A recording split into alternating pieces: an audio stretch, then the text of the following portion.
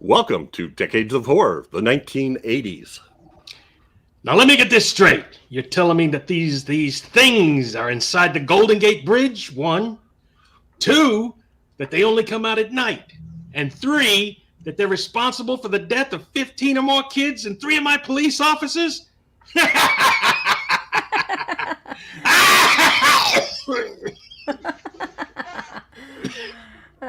This is episode 195, recorded December 1st, 2021. Gruesome Magazine. Nicely done. Oh, boy. Yes, Who are very. we?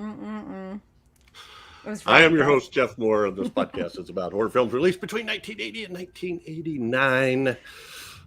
Each episode, my co-hosts, Crystal Cleveland, Bill Mulligan, Chad Hunt, and I will tackle another classic or not so classic film from this radical, gory, influential, and gruesome decade.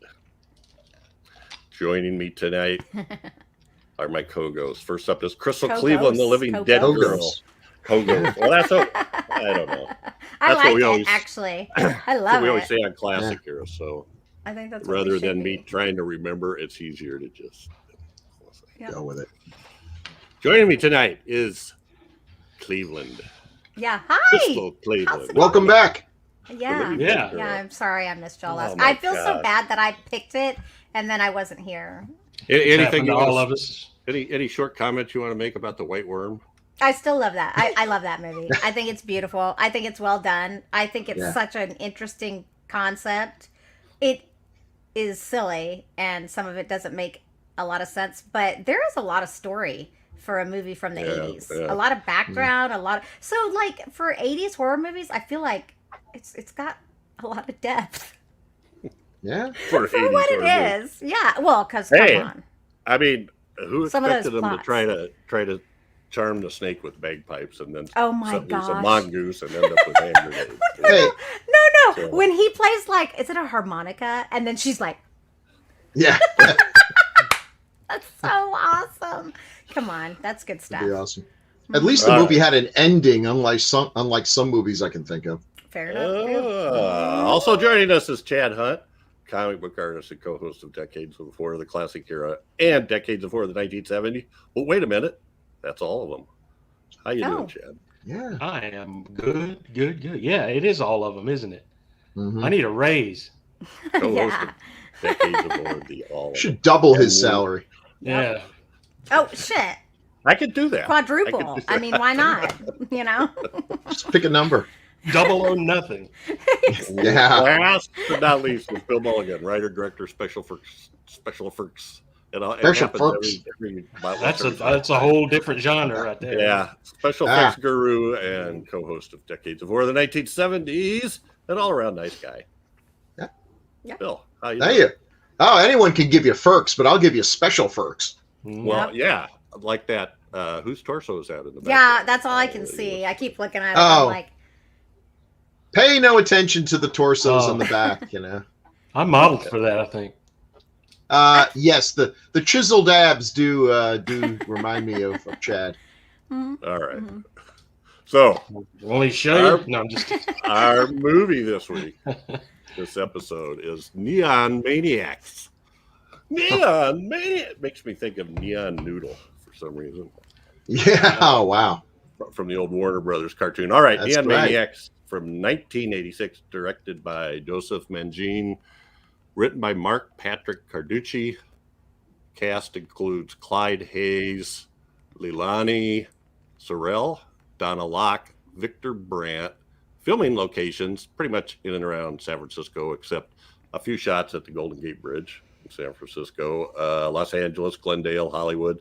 Released November 14th, 1986, on a budget of about $1.5 million. Wow.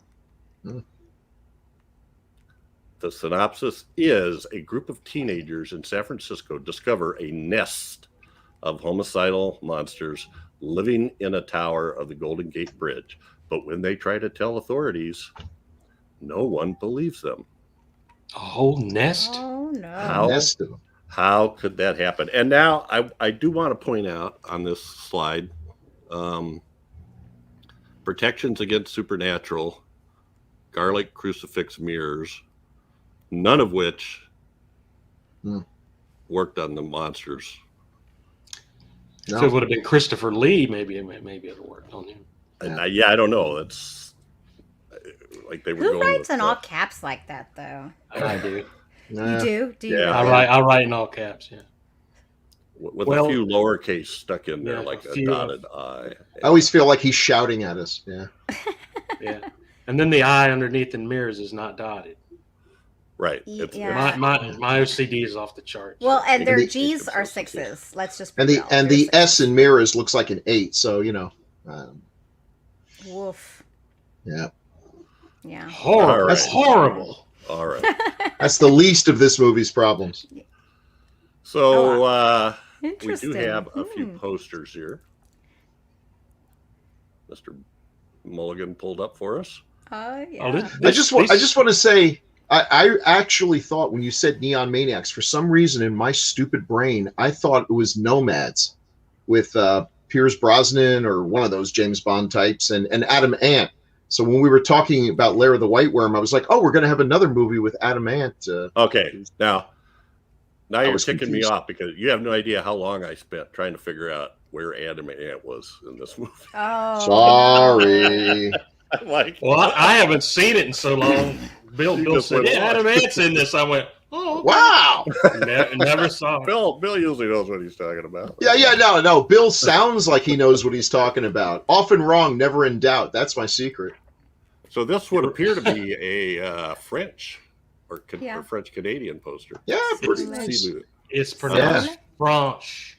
French. Okay. Yeah. I like French it. fries. It's French. Neon Maniacs. Ha ha ha. Yeah. This movie had some cool posters because They the do. monsters are Yeah. kind of cool. Right. Yeah, they are. I remember that that's one from the VHS. Maybe the lesser I of think. them.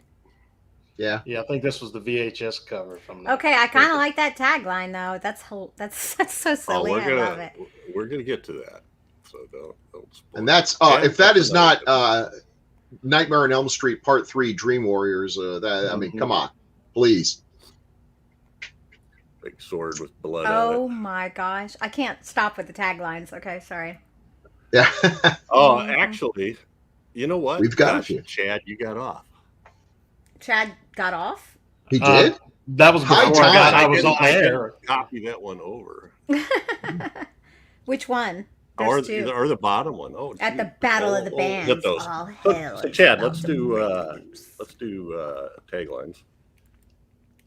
Right now? Yeah. What the hell's going on around here? It's a brouhaha. All right. There are 12 good reasons to be afraid of the dark, and every one of them is a killer.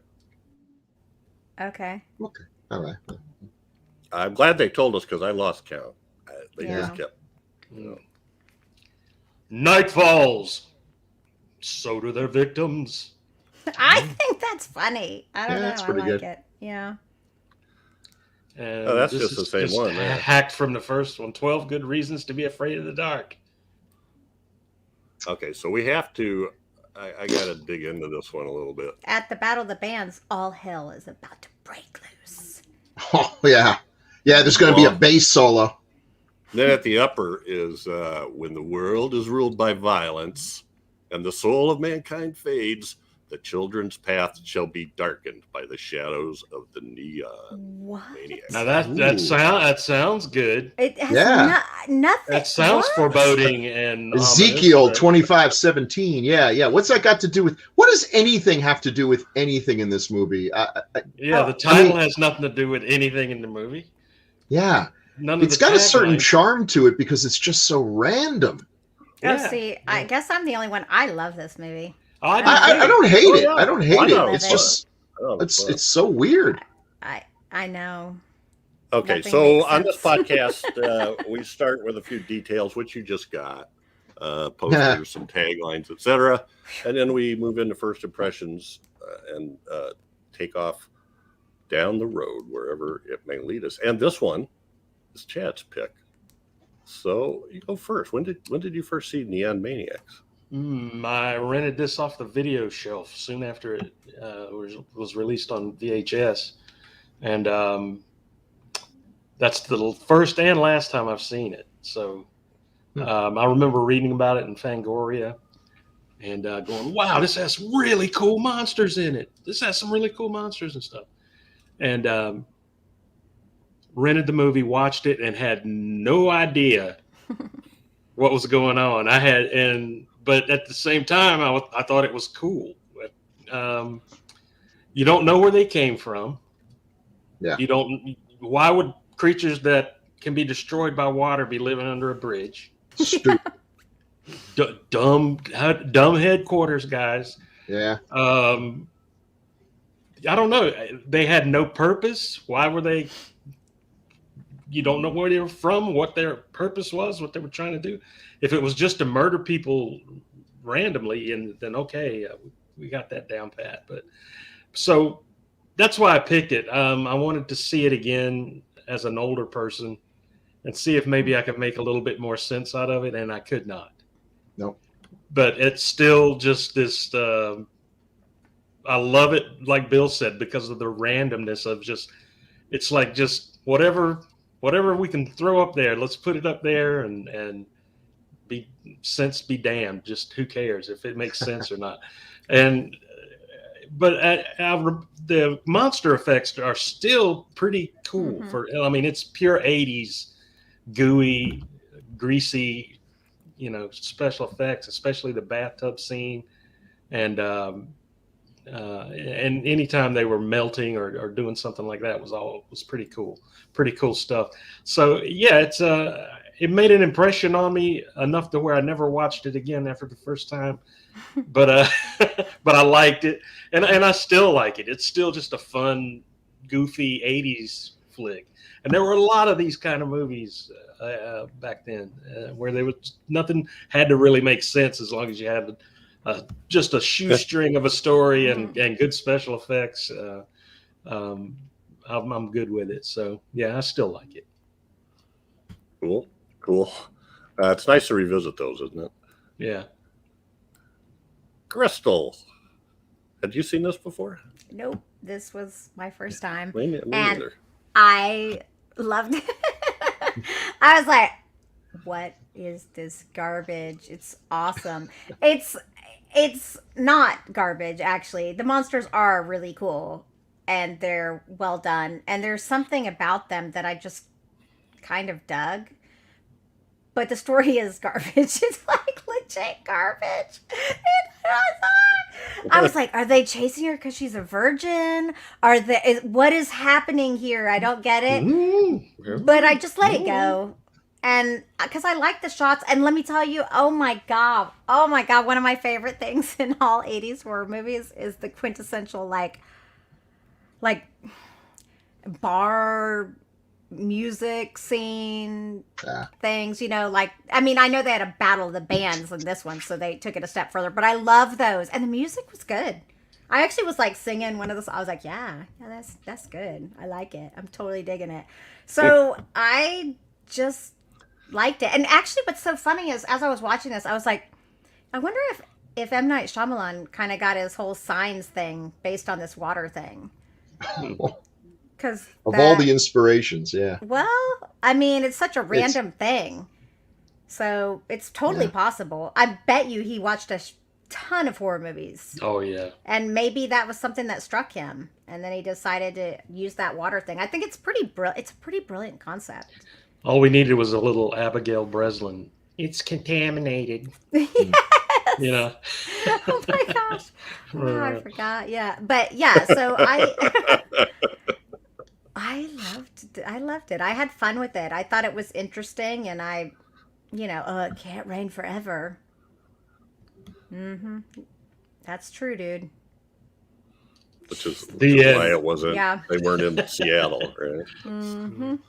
Yep. So yeah. So I enjoyed it. I had fun with it. I liked a lot about it. The story is non-existent. I guess it would just be a slasher ultimately, if we were to look at it based on its story, but it feels obviously like a creature feature with multiple creatures. Oh my gosh, when the Native American comes back and they're like, he's got his arm back. Oh, he's tricky. I I can't with this. I was like, this is so ridiculous. Okay. Yeah. But yeah, it's fun. To me, it's just fun. Mm-hmm. All right. Well, Bill Mulligan, how about you? When did you first see this? Well, I thought I saw it many years ago under the title Nomads. So I don't know where in my brain Nomads and Neon Maniacs got confused, and I ended up thinking they were the same movie. They're not the same movie at all. So the first time and an M and an S. I don't know. I don't know why. So I saw it for the first time a couple days ago. Okay. So you're a monster from another dimension, and your only weakness is water. So of course you set up shop in San Francisco, the city by the bay. This is like if you were a vampire and you decide, I'm going to hide out in the garlic factory that's buried in the old silver mine where they make crucifixes. Yeah. I mean, pure balls, man. Let's see how that works out for you. In the bridge, in the bridge pylon at the water's edge. Right. This movie is baffling in a way that only 80s movies can be. I mean, the whole beginning, the guy finds a bunch of player cards, like Pokemon cards. Yeah. Those are awesome. That is never explained. Where did they come from? Glamour shots. Yeah. Do you trade them with your friends? Yeah. What is their purpose? They're kind of like a cross between the Cenobites and the Village People and the Nightbreed gang, and there seem to be an awful lot of them. The makeup is pretty cool. The monsters are cool. The monsters have nothing to do with each other. One's like a scaly Cyclops, and the other one is just Dr. Giggles. I don't know. It's just so weird, and it is weird. The Battle of the Bands is so 80s. I mean, I'm glad you like the music. I thought it was painful.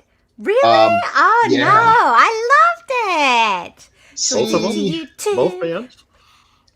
Nothing. See, I'm a child of the 80s. Like, I was Battle of the Bands in the middle of your movie. You see, the problem is I was in the 80s were when I was really into music, but my music was not this music. It was punk and new wave and stuff and everything. So this would have been like, but it's okay. I mean, it still screams 80s and everything. It's really fun. But oh my God, the ending. Yeah. I mean, I've seen movies. I've seen movies where it was obvious. It's like, okay, the checks bounced, we're done. But I've never seen one like this where it was so clearly building up towards something, and then it's just like fade to black. Everybody go home. Yeah. Like, did you guys forget a reel? It's incredible. It's the most amazing. And then you find out the history behind the movie, which sounds way more interesting than the movie itself. This was a troubled production. Oh, it was? Oh, okay. Oh, I don't know anything about it. Yeah, okay. Yeah, so there's a reason why there's like 3 or 4 people playing each of the Neon Maniacs, because they had like a long several months gap where they had to stop until they could raise some funds. And by the time they got back, those people weren't available. Oh. One of the weird things is, I don't know how I feel about this character. The character played by Donna.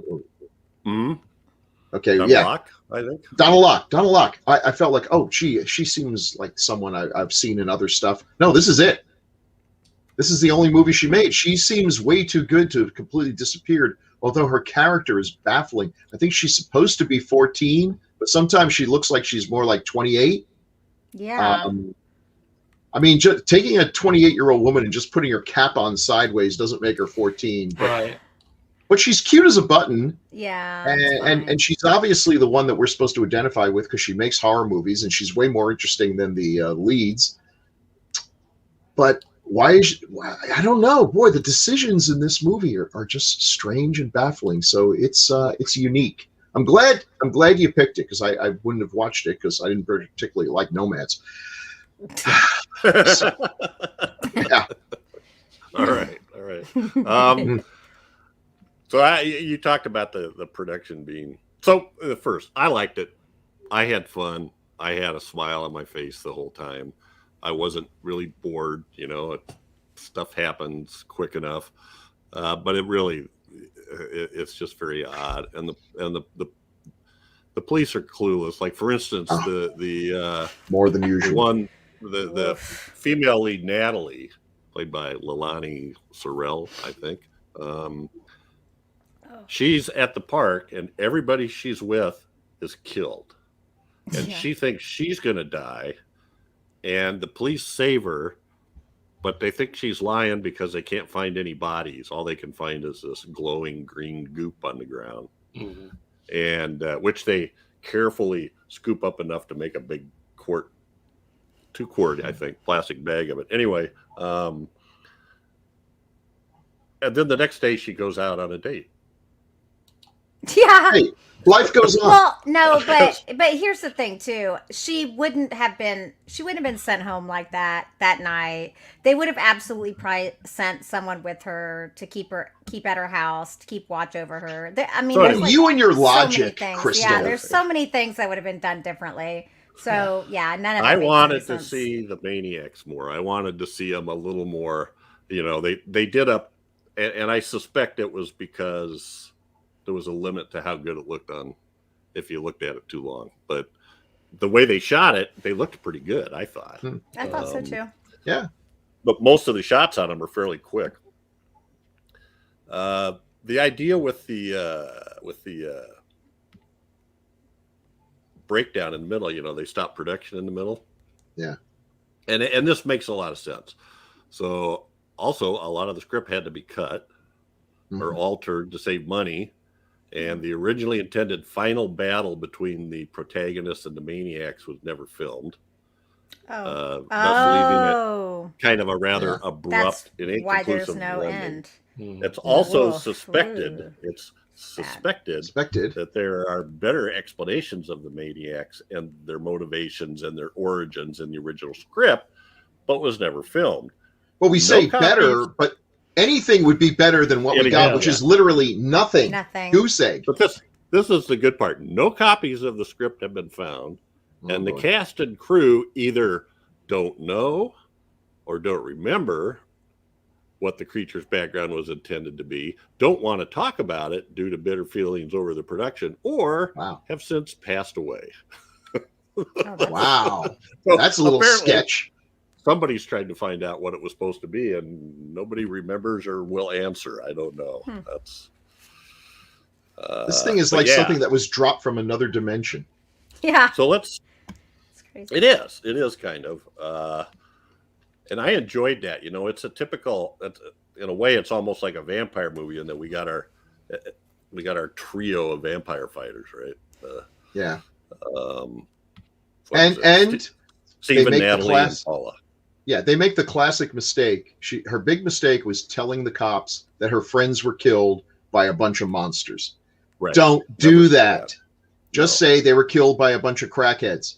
Yep. Cops believe that. Just little tip for our friends out there. Yeah, I remember you saying that before. Yes. And in time, you'll be proven right. And they'll be like, oh my God, they weren't crackheads. They were vampires. Like, yeah, I knew that, but I knew I wasn't going to say that. But you could say, I thought they were crackheads. Yeah. And that seems legit. So the director is better known as a cinematographer, and he did these classics, which are pretty Alligator. good. And incidentally, I just saw an ad. Scream Factory is putting out a 4K Blu-ray of Alligator. Awesome. That's John Sayles. That's good stuff. I'm like, anyway. Yeah, there was, what was it I saw on here? Oh, actually, they list him as uncredited cinematographer on I Drink Your Blood. So he got his start, right at the top. Yeah. There. And this has some good shots in it, better than you might expect from a super low budget movie. Yeah. Lords of Flatbush. Lords of Flatbush? Yeah. Oh yeah. It's a the Lords of Flatbush is a move. I know the whole song to that. What? Yeah. Well, it's kind of like a greaser, like Fonzie and his friends. Sylvester Stallone. Stallone, Henry Winkler, Perry King, a lot of those young, obviously, I guess, in Flatbush. But so he's done a lot of stuff. What was the other one I just saw that looked? Now, is this the only one he directed, though? There was one other one, Smoke and Flesh, 1968. You know, and I wouldn't be surprised if, I mean, when you say it's a troubled production, that's easy to say, but if you have to actually live through it, you probably never want to direct again. Right. It's like, I'll just go back to being a cinematographer in some pretty cool kick-ass movies. Yeah. Squirm. Oh. Yeah. So yeah, Mother's Day. Okay. Yeah. So anyway, yeah, he's had some great, and there was some. You're right. There was some cool shots here.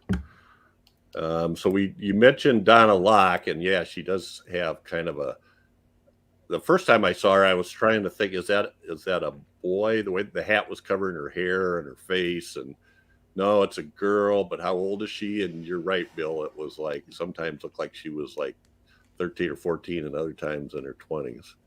She's cute though, and I thought she acquitted herself well. And she did a great job. I'm amazed that she disappeared. And apparently I'm not the only one, because when you start looking for this movie, there's a lot of people like, where is she? How, whatever happened to her? Why did she quit the business? Was it a bad experience? Or she's got the kind of face that could be in any 80s horror movie. Totally. So if you're out there listening, Ms. Locke, we'd love to just hear that you're doing well, and maybe you can tell us what the script was all about before they ran out of money. I'm gonna have to go looking now. But yeah, she did a very nice job, and she had she was making her own movie, which is what we have there in one shot. And then okay, so did I miss where they said this was Halloween? Why was everybody at the Battle of the Bands wearing costumes? I don't remember hearing anything about it being Halloween. Well, that was the fashion of the time. Those crazy kids. And I mean, yeah, they wear costumes. They go to a Battle of the Bands, and you get handed squirt guns, because why not? Sure. That makes sense. Totally. Because we know how well the squirt gun worked the first time. She had to it took a bucket of water and then a shower with a bathtub full of water. But anyway, okay. The costume party was pretty cool. I saw Mr. Miracle. Someone dressed as Mr. Miracle. Oh, Jack Kirby come. Hideous sun demon. Oh wow! I gotta check this out better now. Wow, I love both those costumes. Spider-Man. So the other two leads are Snoozers. Clyde Hayes, who at that time was billed as Alan Hayes, and the Leilani Sorrell, and they both did a decent job. I mean, they were okay. They were cute. But, here's the thing. I feel like they should have either just focused entirely on them or entirely on the young filmmaker, and I would have preferred the young filmmaker. Why not just make a movie where a young filmmaker is out making her young filmmaker films? That's not an 80s movie. Yeah, the 80s romance. 80s were boy and girl. Yeah. Yep. Yeah. So she's relegated to the secondary character, but she's more even though interesting. She was far more interesting than the other two. Yeah. The guy and her were just bland. Yeah. I mean, they weren't bad. They were just bland. Right. But I guess neither one of them was wooden, though. I think they were. No. Right. What they and had, they could have done more with her. You mentioned, she saw all of her friends killed. They had a couple scenes with the parents, which I kind of like, where the parents were like, where's my kid? Something and everything, and that's exactly what would happen. But then that kind of got dropped, and it's like, oh well, off on a date.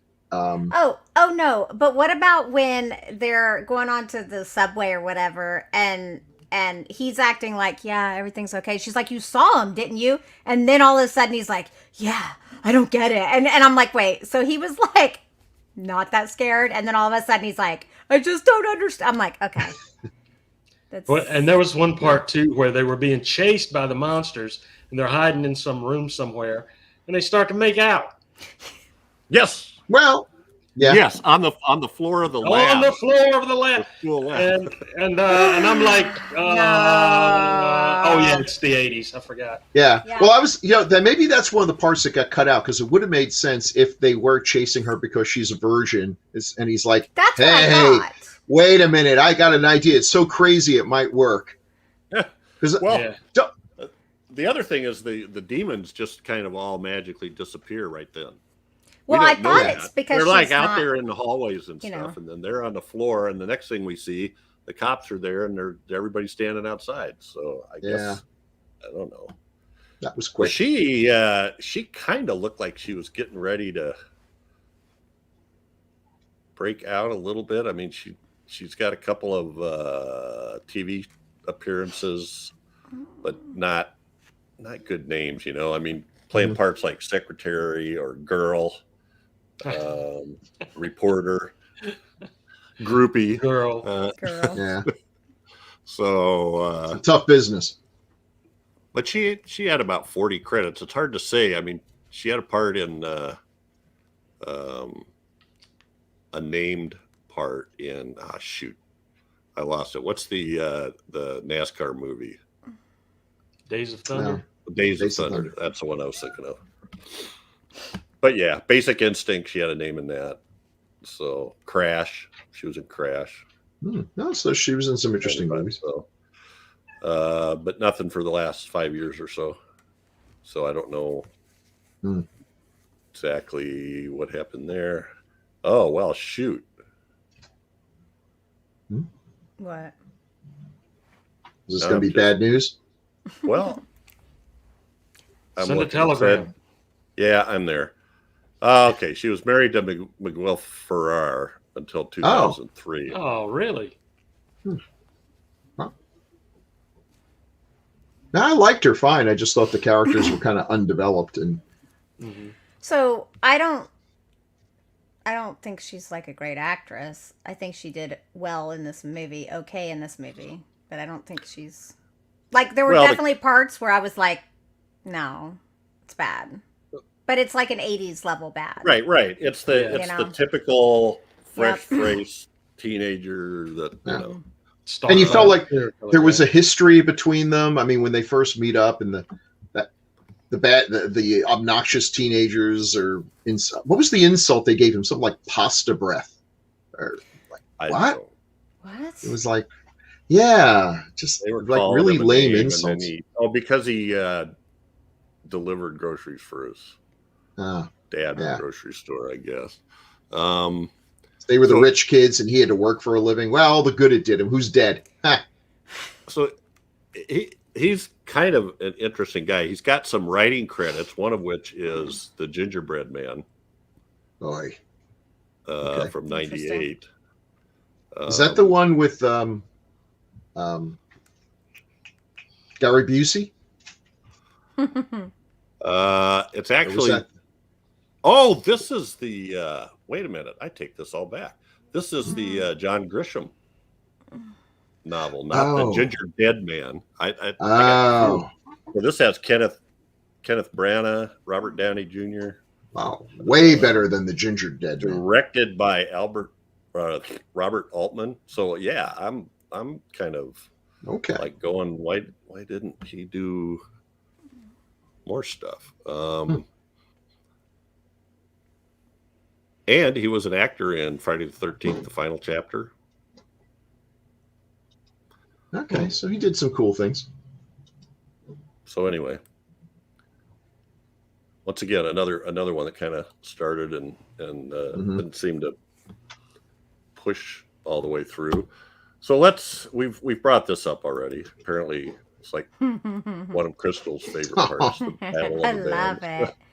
I kept wanting to. So I thought we were 80s. going to get some classic, right? The way the guy was playing on his guitar in his bedroom, I was expecting to see some good guitar work, but yeah, that didn't happen. No. That's the only neon in this movie, by the way. I don't know why they're called Neon Maniacs. I like the name though too. It's Me so too, but 80s. I don't know. I just like it. I'm like, They're it's maniacs. good. I saw a quote somewhere where they asked the guy why was it called Neon Maniacs, and he had something like, well, neon is like, something modern and new, and I'm like, did he think he was saying neo maniacs and just got confused, or because That is- they're kind of grungy. They're not really. I mean, I could expect if they were like new wave maniacs, all flashy lights and Oh everything. my but god! Can you imagine if they were like in like hot pink Yeah. leather jackets? That would be Well, there was even that one more guy that awesome. was kind of a, what was he, kind of an electro guy? yeah, that's true. I don't know what. Yeah, So here's the names, so we can kind of tell when we look. There was Ape. That guy drove me nuts. He had like two moves. One was with the right arm, and the other move was with the left arm. well, I assume that's the caveman looking guy, right? yeah. Oh, he was my least favorite.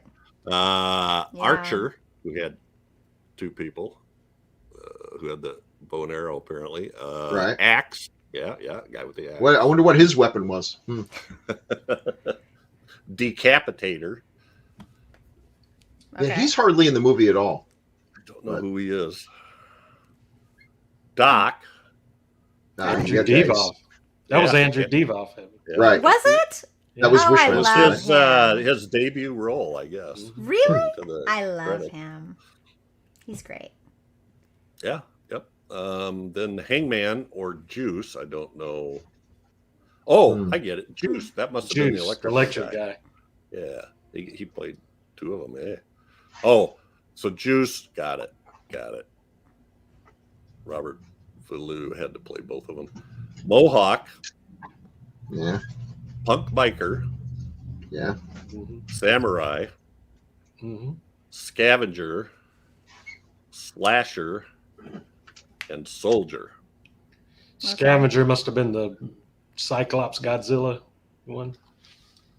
That's a good question. Almost had to be. None of this makes soldier- any sense. I know. The soldier's one move was to run onto the dance floor, empty his gun. Yeah. And that was... It's kind of an unmonster thing to do. I mean, was it that they were aliens? Because they seem to be from another dimension. We kind of got that. Did they like come to Earth and they watch TV and they get this weird idea of what monsters would look like? So they just... Is that because- Chewbacca back there? Sorry. Yes. Yeah. That's so funny. Yeah. He was one of the costumes at the dance. Battle of the Bands. So that's what I thought at the end, right? When the cop goes back in, and spoilers, by the way, for this movie that's what, 35 years old. He goes back after everybody's done. He tells everybody to go home, and he goes back in, and then it's like that bakery van. Wasn't it? Or, opens up the door, and I couldn't tell. It looked like the bottom dropped into a pit of hell or something. Like there was this bright light shining up. Yeah. I don't know. Maybe that was the neon part. But that was it. That's the sum total of the explanation we get. Other than water. We know water hurts them, but we don't know. So they come to Earth, planet of water. I've got to admit, like, the pale dude looks pretty sweet there, though. In that picture, he does, but when he's out running across, he looks horrible. Yeah, I agree. That's why I'm like looking at that. I'm like, that actually looks pretty cool. the makeup was okay. It was the the motions, and I don't know. Oh, I don't remember. There's the Cyclops Dinosaur, and that's bathtub guy at the top. Got melted in the bathtub. kind of looks like Toxic Avenger. Yeah, I was thinking the same thing. Well, is the bottom one after they? That's the decapitation. Yeah, with the water, with the hose, the fire hose. So, a couple of them did look like Cenobites. Yeah. Right. I got that feeling. So this is I think of you, Bill, a lot of times when I'm watching these because I'm thinking they handed squirt guns out to everybody, and I'm thinking, well, this is going to go over well because when you see monsters coming in and ripping people apart, and somebody yells, "Use your squirt gun!" Oh, I know. I was like, oh, okay, dude, seriously, that's what we thought was going to work. That's what I was thinking the quote should have been, because he goes, "Don't move, use your squirt guns." Oh my God, that would be You know what this amazing. movie reminds me of? The original Blob, where this creature, this monster comes down, A bunch of teenagers, we're 30 years old, try to tell the cops. The cops don't believe them.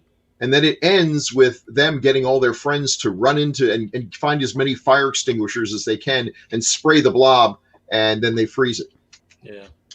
Except in the blob, the friends actually listen to him and go find some carbon dioxide fire extinguishers and kill him, whereas everyone in this movie does what I would do if I were in a battle of the bands and someone comes in and starts shooting, and there's some other idiot saying, use your squirt gun. I'm like, bleep that noise. I'm running out of here.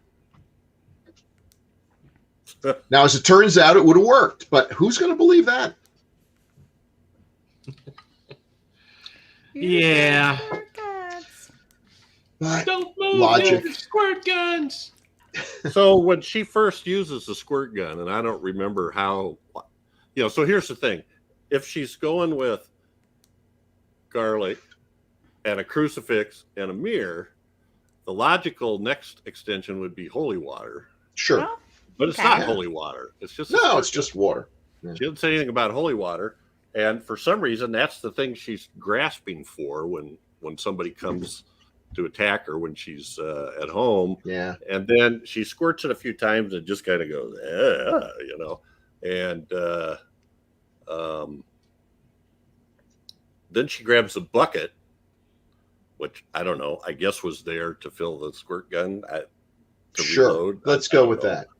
Just And in case that the Wicked really Witch of the does the West showed trick. up. Yeah. The demon, the maniac staggers backwards, falls into the bathtub, and after a few seconds, she thinks to turn on the shower, which was actually, I thought, was pretty good effects. As that thing, no, that wasn't bad. That wasn't bad. Dissolved and went down to skeletal hands and things. That was fun. It's like the second movie in a couple of weeks where we watched a monster die in the shower. First Johnny Alucard in Dracula AD 72, and now this doof. We're on a string, which is why You're on a roll.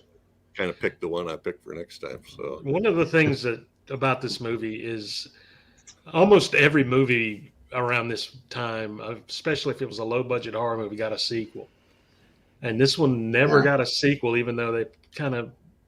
I thought it would be an interesting idea if the movie would have done better, if they had a bigger budget or whatever, to carry these characters and these monsters onto another movie somewhere, or however you would do it.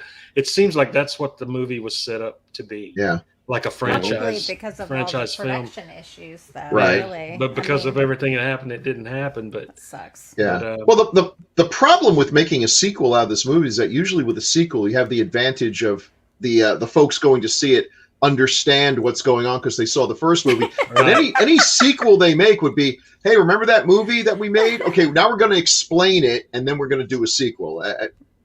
The sequel would have had to do all the parts that the first movie was supposed to do, like have a reason for this happening.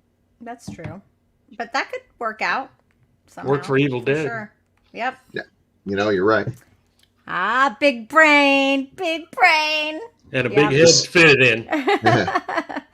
The sequel could have squeezed all of it into 10 minutes. And they really, let's think about it. Evil Dead 2 really did even tonally change and everything. So that's really what it worked. was just a lot of lost potential there, I thought, with those, because the characters all looked interesting. The monsters, It would be cool if they gave them each a backstory. I mean, they could keep this going since they have 12. They only killed off a few, technically, right? So they could take each story, whatever. I don't know. Maybe they explain why they had trading cards. Yeah. I mean, maybe those are actually they're like prison dimensional beings. So those are their wanted cards. Or maybe they're a rock band on another planet. Word. Those were their glamour shots. Yep, totally. And then they're gonna win the battle of the bands for sure. So their version of Hellraiser collector cards. Yeah. Mm-hmm. So basically, we're doing Neon Maniacs fan fiction here, which just trying to make sense of it is more a very niche market. Well, we're trying to figure out. And I love the way they were posing for the cards,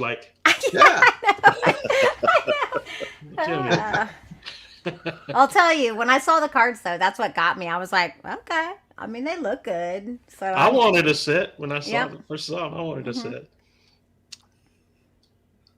I mean, what do they talk about? Why, they have nothing in common with each other. Do they just hang around? And, it's like, I wish there were a girl Neon Maniac. It's like, Oh my me gosh. too, man. Yeah. When's that going to happen? Probably. They probably All do these that. Earth chicks are ugly. Well, I'll tell you what, I don't know what else to talk about because apparently this had the least amount of information available. Yeah, there was about it no of any movie information. we've done. Yeah. Oh, this, Especially like I since say, everybody who ever worked on the movie either has collective amnesia, is pissed off, or is dead, I guess. Yeah. is this movie like a Mandela effect movie? It doesn't actually exist. We're going to get a bunch of letters saying, we can't find this movie anywhere. What did you guys watch? In a few months, Somebody we'll likes be it. The remembering DVDs. Nomads. The DVDs are going for like $60 on eBay. Oh, So somebody wow. likes it. Yeah, no doubt. No doubt. I should have invested in Neon Maniacs. Well, That's the extent of my research. I was not able to find anything, so I used eBay as a last resort. yeah. Trying to find something out about this movie. So, any final comments? Anybody? It's not a great movie, but it's not a bad fun. movie. It's good. It's fun to watch, and It's an 80s movie. Yeah, it's a totally exactly. 80s movie. Yeah. Don't expect a beginning, middle, and end, especially the end, or the explanations. There's just neon maniacs coming out of the bridge. Yeah. At night. That ending though, when they're in the van. You have your water pistol, Sally? Yes, you're gonna need it. Fade to Cut the black. credits. It's not gonna keep What? raining. Makes me a little bit sad, actually. I'm like, oh, Yeah. woof. Yeah, so it's on right this minute. It's on Tubi, and I found it on YouTube as well. Did you? Oh, The one on Tubi was not a very good copy. It was really, really grainy and It was great. It was pretty miserable looking, but Wasn't And I've too seen- bad, but- so you better catch it before it disappears back from whence it came. wherever that Before- is. before The other dimension. before Vinegar Syndrome or somebody puts it out on a Blu-ray or something. Someone already did. Oh, did they? Yeah, there's a Blu-ray. Oh, Wow. It's not a Kino Lorber. there's no Or there's Criterion. no. I'll bet there's no cast interviews. Huh? I don't know. I didn't look that far. Mm. But yeah, if you're looking for a fun 80s movie that Right. you can sit back and eat a pizza and have a couple of beers and laugh at and have a good time, this is it. To me. I'm with you. I Yeah. liked it. I already said. I was like, I'm in. Definitely have some beers. Will help. Yeah. 2 or 5. 5. And the music's good. I'm sorry. It's good. I'm I just give saying, this movie it's 2 good. out of 5 beers. Okay, so Sorry, Bill. I know Bill hates it. I'm like, No. Hey, listen. What is more subjective? I mean, if you think I'd feel bad if you're like listening to some of the stuff I was listening to. I'm like, hey, Crystal, check this out. It's by The Exploited. Like, okay, no, Bill. That's music is the most subjective thing in the world, and that's what I was listening to when I was in college. And I'm sure a lot of it's garbage, but I love it. I love New Wave though too. Yeah, New Wave is the best. yeah, this is available on Blu-ray on a Spanish import. So you better have an all-region player of some type, or Yep. one of those hacked versions, so to speak. But it's currently available, according to. It does say region ABC. I don't know. Anyway, well, that's it for Neon Maniacs. We do have some feedback. Oh, And yeah. Feedback, yay! This will be kind of like the Jerry Chandler show. Oh, Because he made 2 comments on Lair of the White Worm, one which doesn't really have anything to do with Lair of the White Worm. but it's about something cool, so that's all right. It is. It's about Commander USA, because we talked about, I think you mentioned you didn't think any of them were available. Yeah, and this breaks my heart. And Jerry knows what he's talking about. So you want me to read this one? I'm sure. Yeah, go ahead. So Jerry Chandler, good guy. Mm-hmm. Talking about Commander USA's groovy movies. No, there were no episodes or clips saved by the USA channel. The late Jim Hendricks has been interviewed a few times over the years about his time as Commander USA. He said every time that USA Channel threw out or recorded over every episode. What? Pretty much every existing show floating around on things like YouTube is from fans who had home recorded VHS copies they converted and uploaded.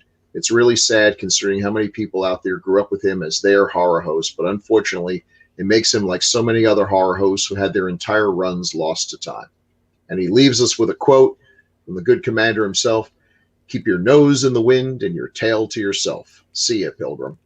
That is an atrocity. I mean, I don't know who Commander USA is. He was a horror horrible. host. Yeah, he was a superhero, kind of a low rent superhero who would show these movies. He was very funny. It was on USA, which is not a fly by night Channel 9 local station. These people just had no respect whatsoever for this stuff. I can't believe they just recorded over. That shocks Do you know? me. Do you know how much videotape costs? Nothing. It's the cheapest thing on earth, and this is a guy hosting movies. It will be timeless. You could repeat it forever, but they were too freaking stupid to figure that out. I get when they destroyed stuff before there were videotapes and everything, because they never imagined there would be such a thing as the home market. There were, you watched it on TV, you went to see it in the movies, and that was it. So they didn't have enough foresight to think that maybe one day we'd be able to keep this stuff. But this was in, the 80s. We knew there was a home market. There was video stores are beginning to open up. This is inexcusable. And they should all be horsewhipped. Recorded over it. I just think that's awful. Like it is.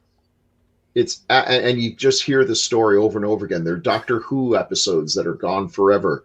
Peter Cushing as Sherlock Holmes. Just Yeah. So Crystal, we had a comment last week, and then I think a comment on 70s where people had said, "Oh, I remember watching this movie on Commander USA." Yeah. And so that's why we had mentioned it a couple times, and that's why Jesus. Jerry wrote in about it. That really bothers me. I'm sorry. That's so sad. Thank God that it didn't happen to Elvira. But it could have. Yeah. They just had no respect for him. Mm-hmm. Like, if something aired on one of my stations, I would want to have copies of it or have some, it's odd. It seems weird just to be so crappy. It's like something you would do at home on accident, like recording over your home videos or something. Right. Who picked over my home improvement? Yeah. It's just weird. Okay, so we have another comment from Jerry, this time about Lair of the White Worm. Chad, you want to take that one? Yeah, let me pull my tab up, Jeff. One of the single greatest insane drug trips of a vampire movie ever made. Mm-hmm. And it has a great song in it. The McCavity's Cat cover. Yep. I have to agree. So do you guys know that song? Is that the one they played at the beginning? Or when I don't know. The Dampton Worm, maybe. Yeah. Okay. Yeah.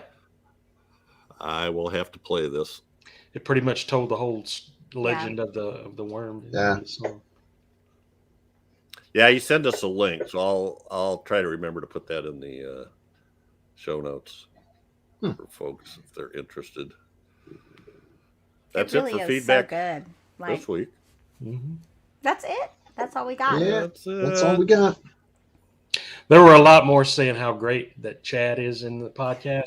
Yeah, but I mean, we won't. A little of that goes a long way. Yeah. We don't have to go. We don't have to go there. Saying that Chad's comment about the Lair of the White Worm should become a tagline. It just gets weirder and weirder and more phallic and weirder. Oh and my God! and weirder. Yeah, the dream he has on the plane, and he's like, and the little pin he had in his hand. Yeah. Wow. It's you don't have to be Fellini to figure that one out. Yeah. That's Ken Russell, though. I'm like, I love it. I love it. It's so wonderful. Yeah. So that's it for this episode, Grue Believers. But every 2 weeks, we'll be focusing on a specific film released between 1980 and 1989. Next up is one chosen by me, and I've decided on Scarecrows from 1989. Main reason was because its premiere was in Des Moines, Iowa. So it's Land got of that Corn. Yeah, the either land going of corn. for it or against it. It depends how you look at it, I guess. There's a I believe that scarecrow was on it. every corner. That was it. So, Well, though. plenty of ways to stay in touch. Everybody, please like, subscribe, get the alerts for the Gruesome Magazine YouTube channel. You can also send us feedback at this email address, feedback@gruesomemagazine.com, or leave comments on the H&R and DOH podcast Facebook group, or at gruesomemagazine.com, or iTunes. You can leave reviews on iTunes. Yeah, do all of that. Yep. Do Yeah. it all. Do it all. Do all of it. It doesn't take that long. Just do all of it. Do it. All right. Catch us again here in 2 weeks for another great horror movie of the 1980s. As only decades of horror can do it. Thank you all so much. Say goodnight. Good night. Night, folks. That's my new call.